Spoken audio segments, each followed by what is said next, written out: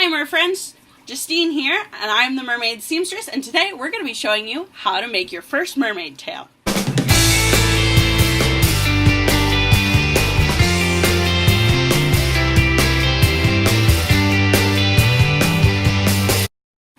This tutorial is for all of you who want to learn how to make your very first mermaid tail.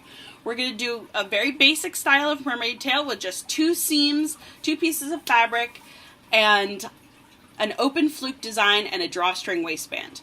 This tail is going to be perfect for you because it's easy to make, it's easy to fit, and it's easy to swim in. For this tutorial, we will be looking at how you make your pattern, what stitches you use when you sew your mermaid tail together, and how to match the open fluke design to your monofin. Without further ado, let's look at the materials you need and get started. The things you will need for this project are pins, a piece of scratch paper to do your measurements, a soft measuring tape or a piece of string, and a regular ruler, a pair of sewing scissors. I'm going to use a sewing machine, but you can also use, hand sew, and I'm using a special stretch needle. It's either a stretch or a jersey needle that you need. Then you're going to need your fabric. I'm using this beautiful pinky copper color.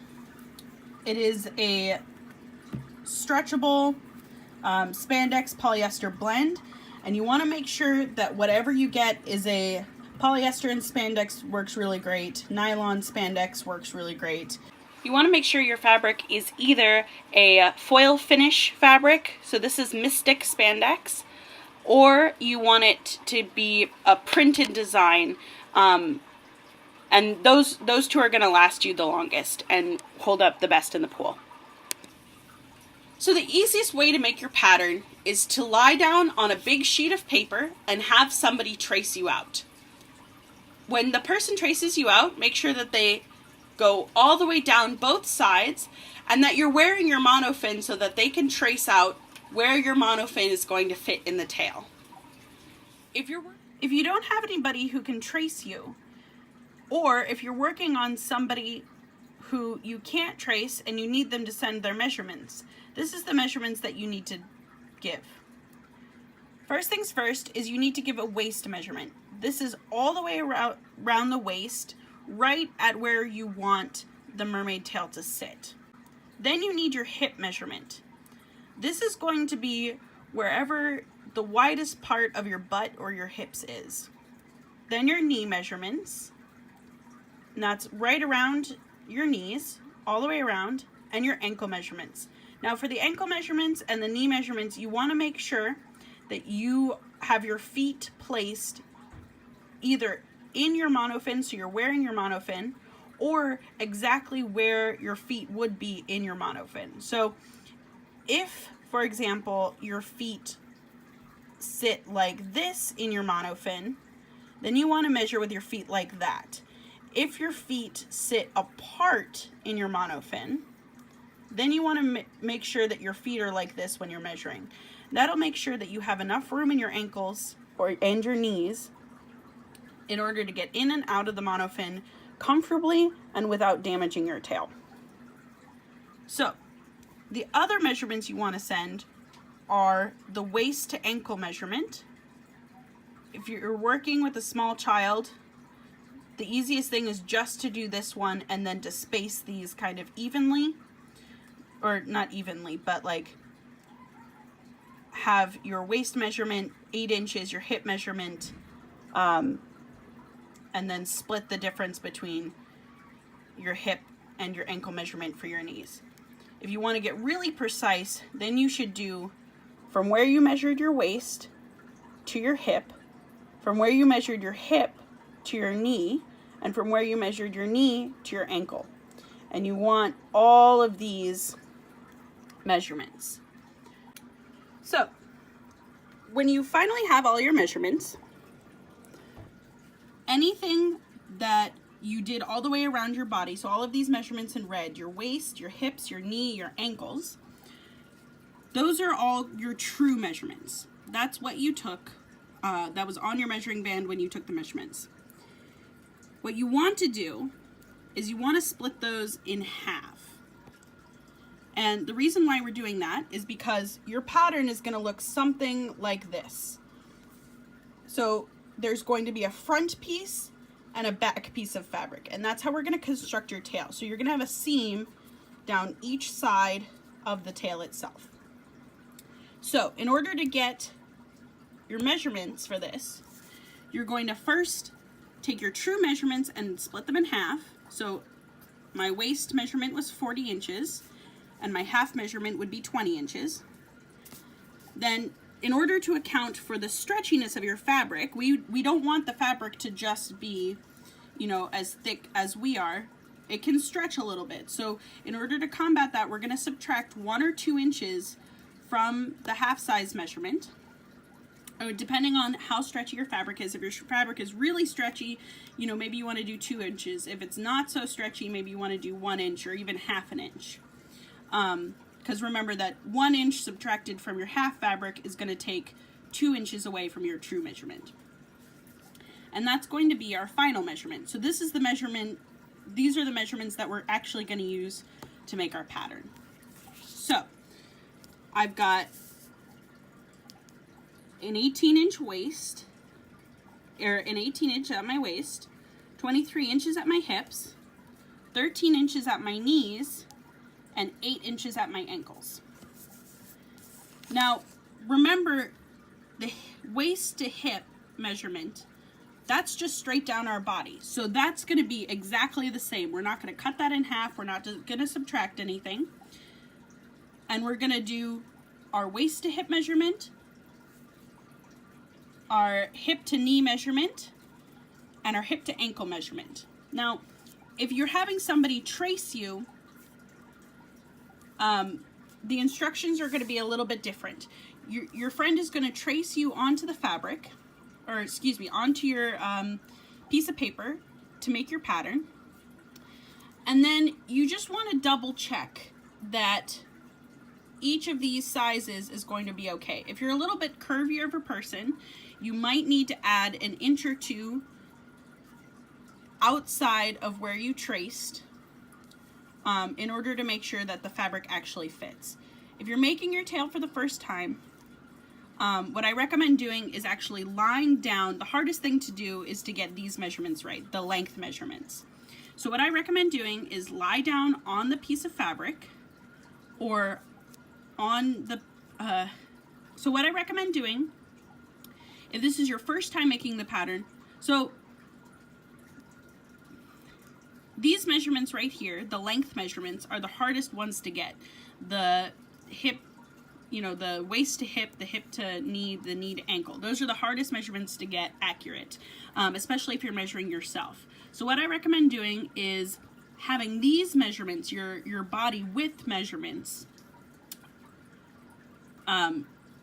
prepare those, you know, get your final measurement, and then lie down on a piece of pattern paper, or, you know, newspaper, or whatever you're using to make your pattern on, and just put a dot on either side of your hips, on either side of your waist, on either side of your knees, and on either side of your ankles. And what's that's going to do is it's going to give you the perfect placement for each of these measurements.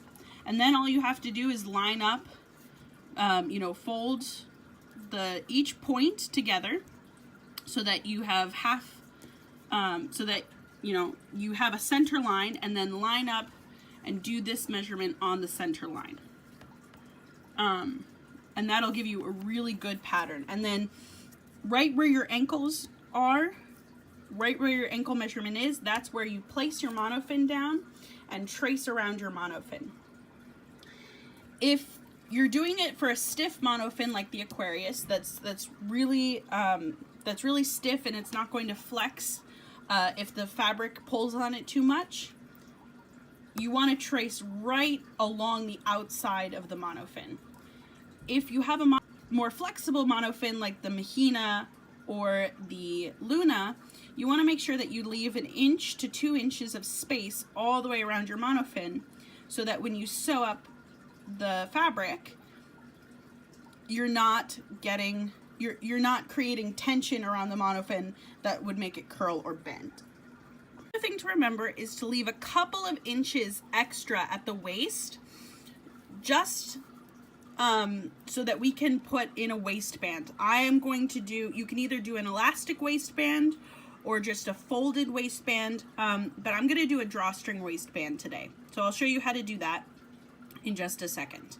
So just remember to leave a couple of inches extra fabric at the waistline in order to do that. Also, if you're going to do an open fluke design, you don't want your fabric to come right to the edge of your monofin. You want to give, at the bottom of your monofin, you want to give it a couple of inches. So let's say 2 inches, like that, just so that when you're swimming, you're not going to see, you're less likely to see the monofin there. So a couple of inches here, and another couple of inches right at the waist, just like that. And then you're ready to trace out your pattern and cut it out and get ready to put it over your fabric.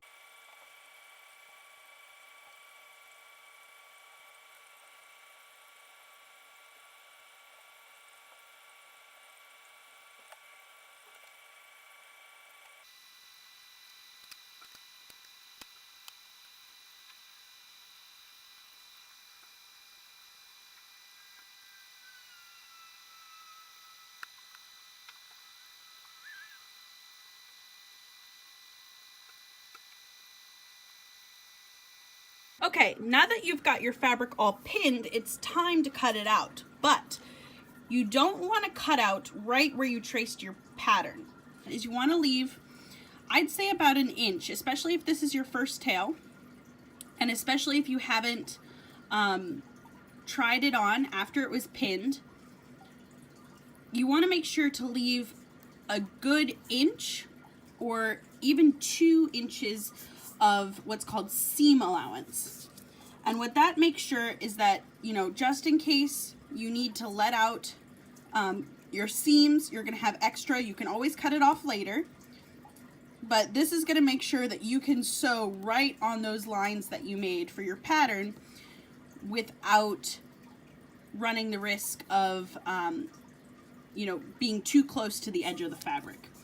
So now that we've got everything pinned and cut out, we are going to take it over to the sewing machine, and we're going to start by sewing it just along the side seams. So we're not yet going to sew anything at the bottom of the fluke. And the reason for that is we want to do that when the fabric is turned right side out. So we're going to start by sewing down just the sides of the fabric. And I'm using a triple stitch, which is pretty strong, and it stretches when you pull the fabric. So if you try and use a straight stitch, what's going to happen is that you're going to pull on the fabric to, you know, pull it up on you, and the thread isn't going to stretch with the fabric, so it's going to snap. And that's not what you want, because that's going to leave you with holes in the side of your tail. So what you want to do instead is either use a triple stitch, or if your machine doesn't have a triple stitch, you want to use a zigzag stitch. I don't prefer a zigzag stitch just because it sometimes if you pull apart the seams a little bit, you can see the stitching inside. So you want to use matching thread if you do a zigzag stitch. And now you can see I've got it all pinned, and we're going to move on to the waistband. So now that I've got the side seam sewed on, we're moving on to the waistband, and I'm using just a piece of gross grade ribbon for my drawstring. And I'm going to measure an inch down on the waistband of the tail. And I'm going to mark that all the way around the tail with a pencil. And once I do that, once I've got it marked down an inch, since I'm using half gross grade ribbon, I'm going to fold the fabric so that the mark that I just made is in that fold. So I'm folding 1 inch of fabric over onto the next inch of fabric, and I'm doing that all the way around the tail. And as you can see, I'm folding it so that the outside fabric, that shiny fabric, is facing in. And now I'm just going to sew around the waistband, making sure to leave a gap where I can then thread my drawstring through later.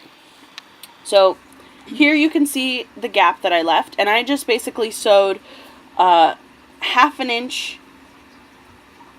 I sewed the whole thing half an inch from the bottom of the folded part. And I'm just going to use a bobby pin to string through the waistband.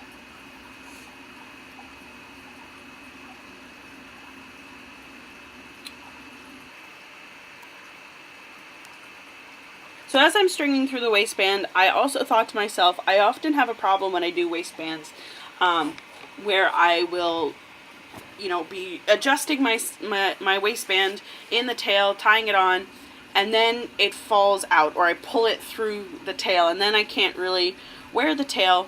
So I've decided to leave a 5-inch tail on one side and just sew 1/2 on 1/2 of the waistband down, so that I can pull against something and not worry about one side slipping out. So as you can see, you know, I can adjust it no problem, but it's still together. Now, remember how I told you that we're not going to sew the end of the monofin closed just yet? Well, this is what we're waiting for. So now that the tail is right side out, the good side of the fabric is facing out, I'm going to put the monofin back into the tail, and I'm going to basically stretch it over the monofin. I'm going to stretch the fabric over the monofin, and I'm going to pin in place where I want the fabric to sit at the bottom of the monofin. And what this makes sure that, and then I'm going to sew about 3 inches in into the monofin, and that will keep the monofin from sliding out of the pocket while I'm swimming, and from the fabric riding up the monofin as I'm swimming. So as you can see, you know, that's about 3 inches in, and I'm just going to take a pin and mark where that is, and I'm going to pin the fabric tight around the monofin.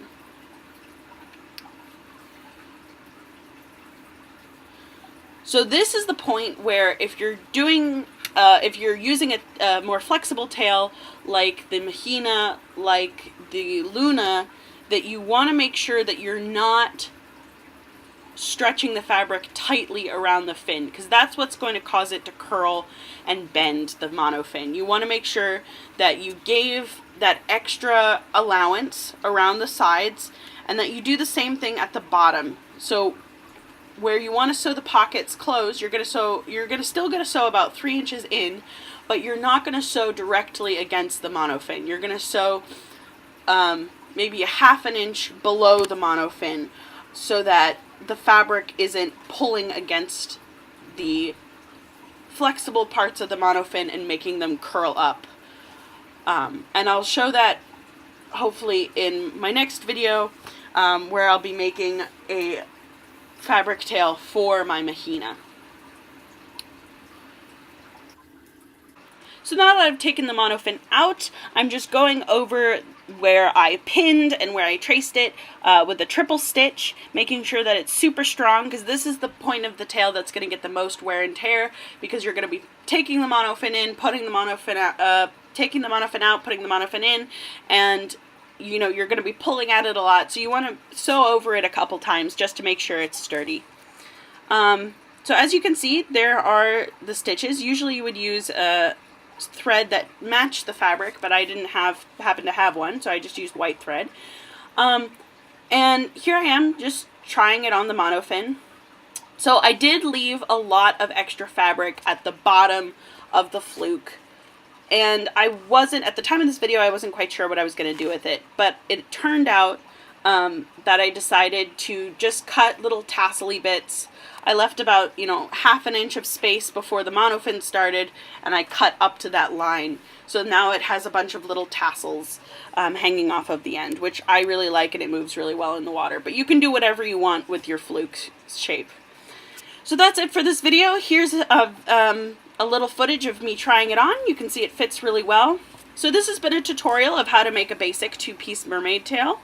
And I hope you guys liked it. If you did, give it a thumbs up. Make sure to comment down below with any comments, questions, or concerns.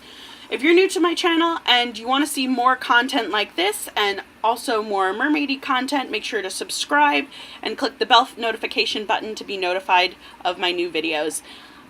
I hope you guys have a wonderful weekend. Happy swimming. I'll see you guys in my next video.